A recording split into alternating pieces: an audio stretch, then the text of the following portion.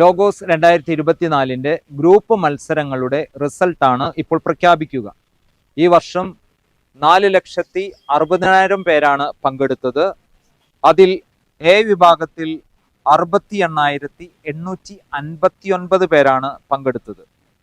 അതിൽ നിന്നും 3-ാം സ്ഥാനം കരസ്ഥമാക്കിയിരിക്കുന്നത് തലശ്ശേരി അതിരൂപതയിൽ നിന്നുള്ള ജിയ എലിസബത്ത്. 2-ാം സ്ഥാനം കരസ്ഥമാക്കിയിരിക്കുന്നത് പാലക്കാട് രൂപതയിൽ നിന്നുള്ള ജോഹൻ എൻ ബിനോയ്. 1-ാം സ്ഥാനം നേടിക്കൊണ്ട് നാളെ നടക്കുന്ന ലോഗോസ് പ്രതിഭാ പട്ടത്തിലേക്ക് മെഗാ ഫൈനലിലേക്ക് യോഗ്യത നേടിക്കൊണ്ട് എ വിഭാഗത്തിൻ്റെ ചാമ്പ്യനായിരിക്കുന്നത് കോതമംഗലം രൂപതയിൽ നിന്നുള്ള ജിസ്മോൻ സണ്ണി. ഈ വർഷം ബി വിഭാഗത്തിൽ രജിസ്റ്റർ ചെയ്തിരിക്കുന്നത് 1,90,000 കുട്ടികളാണ്.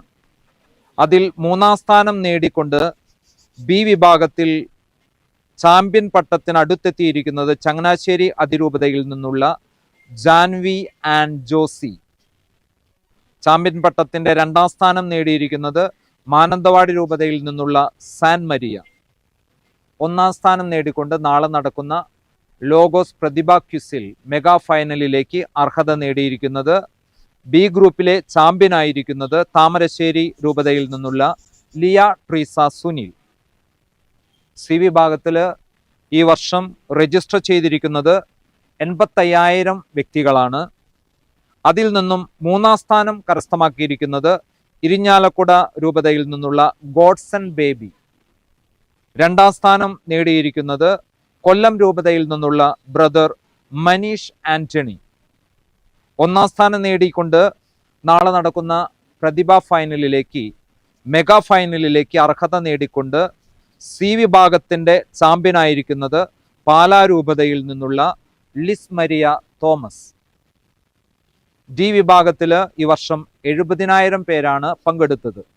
ആ 70,000 പേരിൽ നിന്നും ആലപ്പുഴ രൂപതയിൽ നിന്നുള്ള ലിഷ വർഗീസ് 3-ാം സ്ഥാനം കരസ്ഥമാക്കിയിരിക്കുന്നു. കേരളത്തിന് പുറത്തു നിന്നുള്ള മാണ്ഡ്യ രൂപതയിൽ നിന്നുള്ള ഡോക്ടർ സിന്ധു പോളാണ് 2-ാം സ്ഥാനം കരസ്ഥമാക്കിയിരിക്കുന്നത്.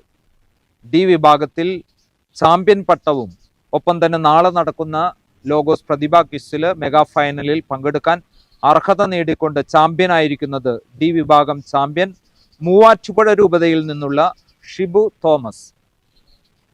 ഈ വിഭാഗത്തിൽ 36,000 പേരാണ് ഈ വർഷം പങ്കെടുത്തത്.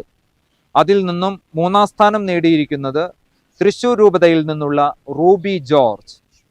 2-ാം സ്ഥാനം നേടിയിരിക്കുന്നത് കൊച്ചി രൂപതയിൽ നിന്നുള്ള ജാൻസി ജോബ്.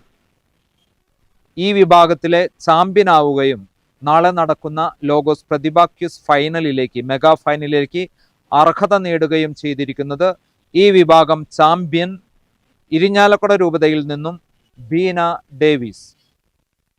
എഫ് വിഭാഗത്തിൽ ഈ പ്രാവശ്യം പങ്കെടുത്തത് 15,000 വ്യക്തികളാണ്. അതിൽ നിന്നും 3-ാം സ്ഥാനം കരസ്ഥമാക്കിയിരിക്കുന്നത് ചങ്ങനാശ്ശേരി അതിരൂപതയിൽ നിന്നുള്ള വത്സമ്മ സ്കറിയ. 2-ാം സ്ഥാനം എറണാകുളം അങ്കമാലി അതിരൂപതയിൽ നിന്നുള്ള ലിസി ജോസ്. എഫ് വിഭാഗത്തിൽ നിന്നും ചാമ്പ്യനാവുകയും നാളെ നടക്കുന്ന ലോഗോസ് പ്രതിഭാ ക്വിസിൽ മെഗാ ഫൈനലിലേക്ക് അർഹത നേടിക്കൊണ്ട് എഫ് വിഭാഗത്തിൻ്റെ ചാമ്പ്യനായിരിക്കുന്നത് തൃശ്ശൂർ അതിരൂപതയിൽ നിന്നുള്ള ആനി ജോർജ്. നാളെ നവംബർ 24-ാം തീയതി കൃത്യം 9 മണിക്ക് mega final Logo Prathibha quiz POC പാലാരിവട്ടത്ത് നടക്കുന്നതായിരിക്കും. എല്ലാവർക്കും വിജയാശംസകൾ നേരുന്നു. KCBC Bible commission POC Palarivattom. Logos ക്വിസിന്റെ അഖില കേരള മത്സരം ഇവിടെ അവസാനിക്കുമ്പോൾ എ കാറ്റഗറിയിൽ ഏറ്റവും ചെറിയ കുട്ടനാണ് ഫസ്റ്റ് ആയിട്ട് നേടി നമ്മുടെ മെഗാ ഫൈനലിലേക്ക് എത്തിയിരിക്കുന്നത്. എല്ലാവർക്കും അറിയാവുന്ന ഒരു വ്യക്തിത്വം കൂടെയാണ് നമ്മുടെ ഈ കുട്ടി ജിസ്മോൻ. അപ്പൊ ജിസ്മോന്റെ വിശേഷങ്ങളാണ് ഇപ്പൊ നമ്മൾ ചോദിച്ചറിയാൻ പോകുന്നത്. ജിസ്മോൻ ഏത് രൂപതയിൽ നിന്ന് ഏത് ഇടവകയിൽ നിന്ന് വരുന്നു? കോതമംഗലം രൂപതയിലെ ബസ്രേഖം ഇടവകയിൽ നിന്ന് വരുന്നു. എങ്ങനെ ഉണ്ടായിരുന്നു ഇന്നത്തെ എക്സാം? കഴിഞ്ഞ വർഷത്തേക്കാൾ എളുപ്പമായിരുന്നോ അതോ ബുദ്ധിമുട്ടായിരുന്നോ? കുറച്ച് എളുപ്പമായിരുന്നു, കുറച്ച് പാകമായിരുന്നു. ആണല്ലോ. ജിസ്മോൻ എങ്ങനെയാണ് വീട്ടില് ഇതിനു വേണ്ടി പ്രിപ്പയർ ചെയ്യുക? എങ്ങനെയാണ് പഠിക്കുക? പപ്പയുടെ അമ്മയുടെ കൂടെ ഇരുന്നാണോ പഠിക്കുക? തനിയെ ഇരുന്ന് പഠിക്കുവോ? എന്തോരം നാളെ ഇരുന്ന് പഠിച്ചു ഇതിനു വേണ്ടി?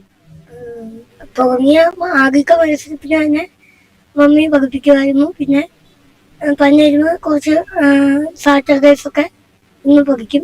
അങ്ങനെ ഈ വർഷത്തോടുകൂടി എ കാറ്റഗറിയിൽ നിന്ന് മാറുകയാണ് അല്ലെ. അടുത്ത വർഷം മുതൽ ബി കാറ്റഗറിയിലെ മത്സരിക്കാൻ പോവുള്ളൂ അല്ലെ. അപ്പൊ ജിസ്മോൻ ഈ വചനം പഠിക്കുന്ന സമയത്ത് ഏതെങ്കിലും രീതിയിൽ ഈശോ തൊട്ടതായിട്ടോ അല്ലെങ്കിൽ പഠിക്കാനായിട്ട് ഈശോ പ്രത്യേകമായിട്ട് ഹെൽപ്പ് ചെയ്യുന്നതായിട്ടോ എങ്ങനെയെങ്കിലൊക്കെ തോന്നിയിട്ടുണ്ടോ? പരിഷ്കരണങ്ങൾ ഇങ്ങനെ നമ്മൾ പഠിക്കുന്ന വചനമെല്ലാം ഓർപ്പിക്കാനുള്ള ഇതൊക്കെ ഓർമ്മശക്തിയൊക്കെ വരാറുണ്ട്. ആരുടെ കൂടിയാണ് എക്സാമിന് വേണ്ടി വന്നത്? മമ്മിയുടെ കൂടെ. മമ്മി മാത്രമേ വന്നുള്ളൂ. അപ്പൊ നാളെ എല്ലാവിധ ആശംസകളും. നാളെ വീണ്ടും മെഗാ ഫൈനലില് നല്ല കുട്ടനായിട്ട് മത്സരിക്കട്ടെ. പ്രതിഭ കിട്ടുമെന്ന് നമുക്ക് നോക്കാം അല്ലെ. എന്തായാലും ഈശോയുടെ ആഗ്രഹം നിറവേറട്ടെ എന്ന് പ്രാർത്ഥിക്കാം അല്ലെ. Okay, congrats.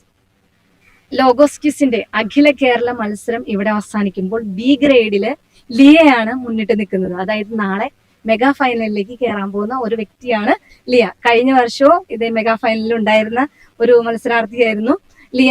ഏത് ഇടവകയിൽ നിന്ന് വരുന്നു, ഏത് രൂപതയിൽ നിന്ന് വരുന്നു എന്ന് പരിചയപ്പെട്ടു. താമരശ്ശേരി രൂപതയിലെ കുരുട്ടോരൻ ഇടവകയിൽ നിന്ന് വരുന്നു. എങ്ങനെയായിരുന്നു വചനം പഠിച്ചുകൊണ്ടിരുന്നത്? എല്ലാവരും കൂടിയായിരുന്നു, വീട്ടിൽ എല്ലാവരോടൊപ്പം ഇരുന്നാണ് പഠിച്ചിരുന്നത്? തനിയായിരുന്നു? എങ്ങനെയായിരുന്നു? ഒറ്റയ്ക്കായിരുന്നു തുടക്കം തൊട്ട് തന്നെ. ഒറ്റയ്ക്കിരുന്ന് തന്നെ പഠിച്ചിരുന്നു. ഒരു ദിവസം എന്തോരം സമയം അതിനുവേണ്ടി സ്പെൻഡ് ചെയ്യായിരുന്നു? അരമണിക്കൂർക്ക് സ്പെൻഡ് ചെയ്യുമോ?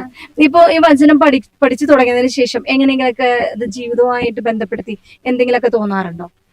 പല ബുദ്ധിമുട്ടുള്ള സമയത്തും പ്രത്യേകിച്ച് എക്സാമിന്റെ സമയത്താണെങ്കിൽ ധൈര്യം തരാൻ വേണ്ടി വചനം ഉപകരിക്കാറുണ്ടായിരുന്നു. അങ്ങനെയൊക്കെ സന്തോഷമായിരുന്നു വചനം പഠിക്കുക എന്നൊക്കെ പറയുമ്പോ? അതെ. അതിനുവേണ്ടി സമയം കണ്ടെത്താനായിട്ടൊന്നും മടിയൊന്നുമില്ലായിരുന്നു? ഇല്ല, അങ്ങനെ ഒന്നുമില്ല. ഇൻട്രസ്റ്റ് ആയിരുന്നു, ആവേശമായിരുന്നു? അതെ, ഒത്തിരി സന്തോഷം ഉണ്ടായിരുന്നു. ഓക്കെ, അപ്പൊ എല്ലാവിധ ആശംസകളും. അപ്പൊ നാളെ ഫൈനലിലേക്ക് അഖില കേരള ലോഗോസ് ക്വിസിന്റെ സി കാറ്റഗറിയിലെ മത്സരാർത്ഥിയും വിജയിയുമായ ലിസ്മരിയാണ് നമ്മളോടൊപ്പം ഇപ്പൊ ചേരുന്നത്. നാളെ മെഗാ ഫൈനലിലേക്ക് കയറുന്ന ഒരു വ്യക്തി കൂടിയാണ്. അപ്പൊ ലിസ്മരിയുടെ വിശേഷങ്ങൾ ഒന്ന് പറയാമോ? എങ്ങനെയാണ് പഠിച്ചത്? എങ്ങനെയൊക്കെയാണ് അത് വചനം സ്പർശിച്ചത്? എന്റെ പേര് ലിസ്മരിയ. ഞാൻ പാലാരൂപതയിലെ അരുവിത്തറ ഇടവകയിൽ നിന്നാണ് വരുന്നത്. ഞാൻ +2 ആണ് പഠിക്കുന്നത്.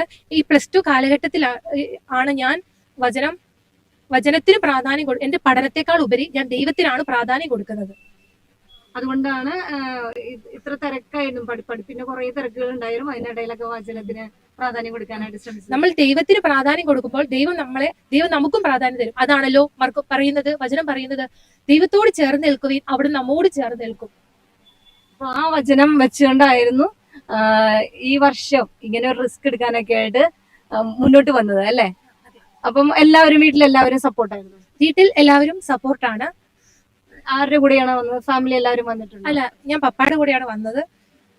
ഓക്കെ, അപ്പൊ എല്ലാവിധ ആശംസകളും. നാളെ നമുക്ക് ഫൈനലിൽ കാണാം. ഡി കാറ്റഗറിയിൽ തെരഞ്ഞെടുക്കപ്പെട്ടിരിക്കുന്ന ശിവചേട്ടനാണ് ഇന്നിപ്പോ നമ്മോടൊപ്പം ഉള്ളത്. കഴിഞ്ഞ വർഷം ഇതുപോലെ തന്നെ മെഗാ ഫൈനലിലെത്തിയ ഒരു വ്യക്തി കൂടിയായിരുന്നു. നമ്മളെല്ലാവരും ഉറ്റുനോക്കിക്കൊണ്ടിരുന്ന ഒരു വ്യക്തി കൂടിയായിരുന്നു ആ ഫൈനൽ മത്സരത്തില്. അപ്പം ശിവചേട്ടന്റെ വിശേഷങ്ങളിലേക്കാണ് ആദ്യമായിട്ട് നമ്മൾ കിടക്കുന്നത്. അപ്പൊ ശിവചേട്ടൻ ഏത് രൂപത, ഏത് ഇടവക? ഞാന് മൂവാറ്റുപുഴ രൂപത മലങ്കരയാണ്. കൊണ്ടാഴി എന്ന് പറയുന്ന തൃശ്ശൂർ ജില്ലയിലാണ് ഞങ്ങളുടെ ഇടവക. ഒരു ചെറിയ ഇടവകയാണ്. കഴിഞ്ഞ വർഷം നമ്മൾ മെഗാ ഫൈനലിൽ കയറി ഇഞ്ചോടിഞ്ച് വ്യത്യാസത്തിലാണ് നമുക്ക് പ്രതിഭാസ്ഥാനം പോയത്. പക്ഷേ ഇത്തവണ നേടിയെടുക്കുമെന്ന ഉറച്ച വിശ്വാസത്തോടെയാണെന്ന് തോന്നുന്നു നമ്മുടെ ശിവചേട്ടൻ നമ്മുടെ മുമ്പിലേക്ക് എത്തിയത് ഇന്ന്. ശിവചേട്ടൻ ഏത് രീതിയിലാണ് ഇതിനുവേണ്ടി പഠിച്ചത്, ഒരുങ്ങിയത്? അതുമൂലം പഠനം മാത്രല്ല, അത് വചനം ഉരുവിട്ട് ഇങ്ങനെ പഠിക്കുന്നത് വഴി ജീവിതത്തിൽ എന്തെങ്കിലുമൊക്കെ അനുഭവങ്ങൾ ഉണ്ടായിരുന്നോ? അതൊക്കെ ഒന്ന് ഷെയർ ചെയ്യാമോ? കഴിഞ്ഞ വർഷം പ്രതിഭാ റൗണ്ടിൽ പങ്കെടുത്തു. അവസാന നിമിഷം വരെ മുൻപന്തിയിലുണ്ടായിരുന്നു. എങ്കിലും അതൊരു തോൽവിയായിട്ടൊന്നും എനിക്ക് തോന്നുന്നില്ല. കാരണം സമ്മാനമൊക്കെ തരുന്നത് ദൈവമാണ്. നമ്മൾ പരിശ്രമിക്കുക, പിന്നെ അതിനേക്കാൾ ഉപരി ദൈവവചനം പഠിക്കുക എന്നുള്ളതാണ് ഇതിൽ ആദ്യമായിട്ടുള്ള നമ്മുടെ ജീവിതത്തിൽ അതുകൊണ്ടുള്ള പ്രാധാന്യം. അല്ലാതെ ഒരു മത്സരമായിട്ട് ഞാൻ കണക്കാക്കുന്നില്ല. എല്ലാ വർഷവും അങ്ങനെ ദൈവവചനം കൂടുതൽ കാര്യങ്ങൾ പഠിക്കുക, അതിന്റെ ആഴങ്ങളിലേക്ക് ചെല്ലുക, അതൊക്കെയാണ് ഇതിൽ നിന്ന് ഞാൻ പ്രതീക്ഷിക്കുന്നത്. അങ്ങനെ നമ്മൾ ചെയ്യുമ്പോൾ അതിന് 100% ആത്മാർത്ഥതയോടെ അത് പഠിക്കാൻ ശ്രമിക്കുമ്പോൾ അതിന്റെ അതിന് മാനുഷികമായ രീതിയിലുള്ള അർഹിക്കുന്ന ആ സമ്മാനങ്ങളൊക്കെ ദൈവം തരും എന്ന് തന്നെയാണ് പ്രതീക്ഷ. ഫസ്റ്റ് കിട്ടിയില്ല, സെക്കൻഡ് ആയി പോയി, അതിലൊന്നും വിഷമവുമില്ല, നിരാശയില്ല. അതൊക്കെ അതാത് സമയത്ത് യോജിച്ച സമയത്ത് ദൈവം തരും. അതാണ് എന്റെ പ്രതീക്ഷ. നമ്മളെപ്പോഴും പറയില്ലേ എല്ലാവർക്കും നല്ല തിരക്കാണ്, അതാണ് അത് പഠിക്കാൻ പറ്റില്ല, ഇത് പഠിക്കാൻ പറ്റില്ല, അങ്ങനെയൊക്കെ. ശിവചേട്ടൻ എങ്ങനെയാണ് വചനം പഠിക്കാൻ കണ്ടെത്തുന്ന സമയങ്ങൾ എങ്ങനെയൊക്കെയാണ്? കാരണം പലരും ജോലിക്കാരാണ്, ഞങ്ങൾ ജോലിക്കാരാണ്, ഞങ്ങൾക്ക് പഠിക്കാനുണ്ട് എന്നൊക്കെ പറഞ്ഞ് വചനം പഠിക്കുന്നത് മാറ്റി വെക്കാറുണ്ട്. ശിവചേട്ടനോട് അങ്ങനെയുള്ളവരോട് എന്താ പറയാനുള്ളത്? വചനം പഠിക്കാൻ ഇന്ന സമയം എന്നൊന്നും നമുക്ക് പറയാൻ പറ്റത്തില്ല. വചനം പഠിക്കാനായിട്ടൊരു സമയം നമുക്ക് മാറ്റിവെക്കാനും പറ്റത്തില്ല. നമ്മുടെ ജീവിതത്തിൽ ഓരോ നിമിഷങ്ങളിലും നമ്മൾ വചനം പഠിച്ചുകൊണ്ടിരിക്കണം. അത് നമ്മൾ ബൈബിളിൽ നിന്ന് തന്നെ വേണമെന്നില്ല, നമ്മുടെ പ്രവൃത്തിയിൽ നിന്ന്, നമ്മുടെ മറ്റുള്ളവരുടെ ജീവിതത്തിൽ നിന്നോ അവരുടെ സന്ദേശങ്ങളിൽ നിന്നോ ഒക്കെ നമുക്ക് വചനങ്ങൾ പഠിക്കാം. ഞാനൊരു പ്രൈവറ്റ് സ്ഥാപനത്തിലെ അക്കൗണ്ടന്റ് ആയിട്ടാണ് ജോലി ചെയ്യുന്നത്. ഒരു ലാറ്റക്സ് ഫാക്ടറിയാണ്, അമേസിംഗ് ലാറ്റക്സ് എന്ന് പറഞ്ഞ ലാറ്റക്സിൽ. അപ്പോൾ അവിടെ എന്ന് പറഞ്ഞ ജോലി ഭാരങ്ങളൊക്കെ ഉണ്ടാവും. പക്ഷെ നമ്മൾ എന്താ പറയുന്നത്, നമ്മള് ഒരു പ്രഭാഷകനിൽ പറയുന്ന പോലെ നമ്മൾ ജ്ഞാനിയാകാൻ ആഗ്രഹിക്കുന്ന എല്ലാവരും അവസാനം വരെ, മരണത്തിന്റെ ആ സമയം വരെ നമ്മൾ പഠിച്ചുകൊണ്ടിരിക്കണം. എവിടെ നിന്നൊക്കെ ഏതൊക്കെ സമയം നമ്മൾ കണ്ടെത്തണം എന്നുള്ള ഒരു ചിന്തയാണ് എൻ്റെ മനസ്സിലുള്ളത്. രാത്രി ചിലപ്പോൾ കൂടുതൽ ടൈം അതിനുവേണ്ടി ചെലവിടേണ്ടി വരും. ചിലപ്പം നമ്മൾ ഒരു സ്കൂൾ വിദ്യാർത്ഥിയെ പോലെ നേരത്തെ എണീക്കേണ്ടി വരും. അങ്ങനെയൊക്കെ ആണ് ഞാൻ എൻ്റെ പഠനങ്ങൾ മുന്നോട്ട് പോകുന്നത്. യാത്രയിൽ നമ്മൾ പോകുമ്പോൾ ഈ പഠിച്ച കാര്യങ്ങൾ ഉരുവിട്ടുകൊണ്ട് യാത്ര ചെയ്യുന്ന അങ്ങനെയൊക്കെയാണ് പഠിച്ചത്. ഈ പോകുമ്പോൾ എൻ്റെ വീട്ടിൽ നിന്ന് കുറച്ചകലെയാണ് ഈ ജോലി ചെയ്യുന്ന സ്ഥലം. ദിവസവും ഒരു അങ്ങോട്ടും ഇങ്ങോട്ടും രാവിലെ 1 മണിക്കൂർ, ഇങ്ങോട്ട് 1 മണിക്കൂർ യാത്രയുണ്ട്. ആ സമയങ്ങളിലൊക്കെ പഠിച്ച ഭാഗങ്ങൾ ഇങ്ങനെ ഹൃദയസ്ഥമായിക്കൊണ്ടാണ് ഞാൻ യാത്ര ചെയ്യുന്നത്. അങ്ങനെയൊക്കെയാണ് ഇതിനൊരുങ്ങുന്നത്. അപ്പോ എല്ലാവിധ ആശംസകളും. നാളെ നമുക്ക് ആ പോരാട്ട സ്റ്റേജിൽ നമുക്ക് കാണേണ്ടിയിരിക്കുന്നു. അപ്പം അതിനായിട്ട് നന്നായി പഠിച്ചു ഒരുങ്ങുക. ഞങ്ങളുടെ എല്ലാവിധ പ്രാർത്ഥനകളും ആശംസകളും ശിവചേട്ടനായിരുന്നു. അഖില കേരള ലോഗോസ് ക്വിസ് മത്സരത്തിന്റെ ഈ കാറ്റഗറിയിൽ വിന്നർ ആയിട്ടുള്ള ബീന ചേച്ചിയാണ് നമ്മുടെ കൂടെ ഉള്ളത്. ഇതിൽ മറ്റൊരു പ്രത്യേകത കൂടിയുണ്ട്. കഴിഞ്ഞ വർഷം ഇരിഞ്ഞാലക്കുട രൂപതയിൽ നിന്നായിരുന്നു നമ്മുടെ പ്രതിഭ. അതേ രൂപതയിൽ നിന്ന് ഇത്തവണ മുമ്പോട്ട് വന്നിരിക്കുന്നത് ഈ കാറ്റഗറിയിലെ ബീന ചേച്ചിയാണ്. അപ്പൊ ബീന ചേച്ചിയാണ് രൂപത തന്നെ ഉറ്റുനോക്കിക്കൊണ്ടിരിക്കുന്നത്. അപ്പൊ ബീന ചേച്ചി എങ്ങനെയാണ് പഠിച്ചത്? ഏത് ഇടവകയിൽ നിന്നാണ്? ഇതൊക്കെ ഒന്ന് വിശദീകരിക്കാം. ഞാൻ തൂമ്പാക്കോട് ഇടവകയാണ്. പേര് ഞാൻ ഇനി പറയേണ്ട ആവശ്യമില്ലല്ലോ. എനിക്ക് എന്നിൽ ദൈവം ചൊരിഞ്ഞ കൃപ നിഷ്ഫലമായി പോയിട്ടില്ല. എനിക്ക് അതേ പറയാനുള്ളൂ. എൻ്റെ ചെറുപ്പം മുതലേ എൻ്റെ അമ്മ എന്നെ ദൈവത്തിന്റെ വഴിയിലൂടെ നടത്തി. ആ ഒരു ദൈവാനുഗ്രഹവും അതുപോലെ ഇപ്പോൾ ബൈബിളൊക്കെ വായിക്കാൻ എനിക്ക് ഭയങ്കര ആഗ്രഹമാണ്. ഞാൻ കുറച്ച് വർഷങ്ങളായിട്ട് പരീക്ഷ എഴുതാറുണ്ട്. എനിക്ക് ഒരു വചനം വായിച്ചു കഴിഞ്ഞാൽ അടുത്ത വചനം വായിക്കാൻ ഭയങ്കര ആകാംക്ഷയായിരുന്നു. അങ്ങനെ ഞാൻ വചനം പഠിക്കാൻ തുടങ്ങി. അങ്ങനെ എനിക്ക് എല്ലാ വർഷവും പരീക്ഷ എഴുതാനും ഈ വചനം, യേശുവിന്റെ വചനം ഹൃദയത്തിൽ സൂക്ഷിക്കാനും ദൈവം നന്ദി കൃപയ്ക്ക് ഞാൻ നന്ദി പറയാണ്. എൻ്റെ ഒരു കഴിവോ ഒന്നുമല്ല, ദൈവത്തിന്റെ കൃപ. ദൈവം തന്ന കൃപയനുസരിച്ച് ഞാൻ പഠിച്ചു. എനിക്ക് അത്രേ പറയാനുള്ളൂ. ദൈവത്തിലേക്കുള്ള വഴിയിലൂടെ ഇനിയും സഞ്ചരിക്കണം. അതിനുവേണ്ടി നമ്മുടെ ഈ KCBC ബൈബിൾ കമ്മീഷൻ ഒരുക്കിയിരിക്കുന്ന ഈ ഒരു അവസരം എല്ലാവരും ഉപയോഗിക്കുന്നതും കൂടി ഞാൻ പറയട്ടെ. മത്സരത്തെക്കാൾ ഉപരി വചനം നമ്മുടെ ജീവിതത്തിൽ നമുക്ക് വളരെയധികം നമ്മൾ അതിലെ ജീവിതത്തിലെ പ്രാവർത്തിയാകാൻ നമുക്ക് സാധിക്കും. അതനുസരിച്ച് നമുക്ക് ജീവിക്കാൻ സാധിക്കും. വചനത്തിലൂടെ വഴി നടക്കാനായിട്ട് നമുക്ക് അനുഗ്രഹങ്ങൾ, ആ അനുഗ്രഹം ഭവനത്തിനും കിട്ടും, നമ്മുടെ ചുറ്റുമുള്ളവർക്കും കിട്ടും, എല്ലാവർക്കും കിട്ടും. അപ്പൊ ദൈവവചനത്തിൽ അധിഷ്ഠിതമായിട്ട് ജീവിക്കാനായിട്ട് എനിക്ക് ഇനിയും ദൈവം അനുഗ്രഹിക്കട്ടെ എന്ന് ഞാൻ എനിക്ക് വേണ്ടി തന്നെ പ്രാർത്ഥിക്കുന്നു. അതുപോലെ മറ്റുള്ളവർക്കും വേണ്ടി പ്രാർത്ഥിക്കുന്നു. അപ്പോ മെഗാ ഫൈനലിലേക്ക് എല്ലാവിധ ആശംസകളും നേരുന്നു.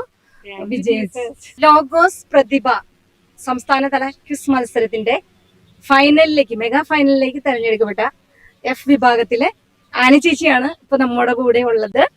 ആനി ചേച്ചിയുടെ വിശേഷങ്ങളാണ് ഇനി നമുക്ക് ചോദിച്ചു അറിയാനുള്ളത്. ആനി ചേച്ചിയും ഇതുപോലെ തന്നെ ലാസ്റ്റ് ഇയർ പ്രതിഭ ക്വിസിൽ പങ്കെടുത്ത വ്യക്തിയാണ്. ചേച്ചി എങ്ങനെയാണ് പഠിച്ചത്? ഏത് രൂപതയാണ്? ഇതൊക്കെ ഒന്ന് പരിചയപ്പെടുത്താം. തൃശ്ശൂർ രൂപതയാണ്, പറപ്പൂര് ഇടവക. പിന്നെ കുറെ 6 കൊല്ലമായി പങ്കെടുക്കുന്ന എല്ലാം മെഗാ ഫൈനലിൽ വരാറുണ്ട്. പിന്നെ എന്താ പറയാ, പഠിച്ചിപ്പം ഇങ്ങനെ വചനം പഠിക്കണമെന്ന് ഇങ്ങനെ തോന്നി തുടങ്ങി. വെറുതെ ഇരിക്കുമ്പോഴും നേരം പോകില്ല, അപ്പൊ വചനം എടുത്ത് പഠിക്കാൻ. ഇതിപ്പം ലോഗോസിന് വേണ്ടി അല്ലാതെ ഇരുന്ന് മറ്റ് വചനങ്ങൾ പഠിക്കാൻ ശ്രമിക്കാറുണ്ടോ? മുമ്പുണ്ടായിരുന്നു, ഇപ്പൊ ഇല്ല. ഇപ്പൊ ഇത് വന്നോണ്ട് ഇത് തന്നെ പഠിക്കണുള്ളൂ. കഴിഞ്ഞ വർഷം ഈ കാറ്റഗറിയിലായിരുന്നു അല്ലെ മത്സരിച്ചത്. ഈ വർഷം F കാറ്റഗറിയിലേക്ക്. എങ്ങനെയുണ്ടായിരുന്നു മത്സരത്തിൽ? ഇന്ന് ഇവിടെ നടന്ന മത്സരത്തിൽ എങ്ങനെയായിരുന്നു? ടഫായിരുന്നു? ഇന്നത്തെ കഴിഞ്ഞ പ്രാവശ്യത്തെ വെച്ച് നോക്കുമ്പോൾ ഇപ്രാവശ്യം നല്ല എളുപ്പമായിരുന്നു. ഒരു സിമ്പിൾ ക്വസ്റ്റ്യൻസ് ആയിരുന്നു. അതുകൊണ്ട് കൂടുതൽ തെറ്റിക്കാനും സാധ്യതയുണ്ട്. അപ്പൊ ഈ വചനം ഇങ്ങനെ കണ്ടിന്യൂസ് പഠിക്കുമ്പോ ജീവിതത്തിലുണ്ടായ എന്തെങ്കിലും സ്പെഷ്യൽ അനുഭവങ്ങൾ എന്തെങ്കിലും ഉണ്ടോ? അതുപോലെ തന്നെ നമുക്ക് എന്തെങ്കിലും ഇങ്ങനെ വിഷമമൊക്കെ വരുമ്പം ഇതിങ്ങനെ പഠിക്കണോണ്ട് പിന്നെ അതിനെ പറ്റി ഒന്നും ചിന്തിക്കാൻ നമുക്ക് നേരമില്ല. നമുക്കൊരു ധൈര്യമൊക്കെ കിട്ടും ജീവിതത്തില്. ദൈവം കൂടെ ഉണ്ടെന്നുള്ളൊരു വിശ്വാസം എപ്പോഴും ഒരു വിശ്വാസം കിട്ടുന്നുണ്ട് അല്ലേ? അപ്പോ ഓൾ ദി ബെസ്റ്റ്. അപ്പൊ നാളെ നമുക്ക് മെഗാ ഫൈനലില് വീണ്ടും കണ്ടുമുട്ടാം. എല്ലാവരും ആശംസകൾ.